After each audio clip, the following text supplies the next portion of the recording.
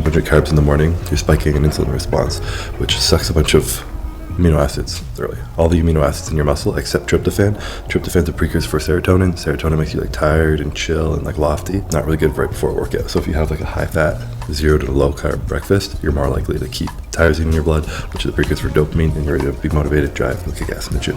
So no carbs for breakfast. Don't fall for this. This is a textbook example of somebody rattling off a bunch of mechanisms that honestly he didn't even seem too sure about, and essentially claiming that it's going to lead to some kind of outcome because A leads to B, leads to C, leads to D. But if that's how it actually works, we should see that in studies where people are given carbohydrates prior to a workout, they perform worse than if they didn't have those carbohydrates. And we have this meta-analysis of randomized crossover trials that actually tested that. And they found that consuming carbohydrates prior to a workout led to better performance, especially for longer workouts or workouts after 8+ hours of fasting, or in other words, in the morning after having slept all night. And he was actually wrong about some of the mechanisms that he was describing, but I didn't even have to go there. We can talk about all these pathways that amino acids or carbohydrates can go down in the body, but at the end of the day, we need to look at the final result. And that's because while these mechanisms may be interesting, they rarely pan out the way that we think they will.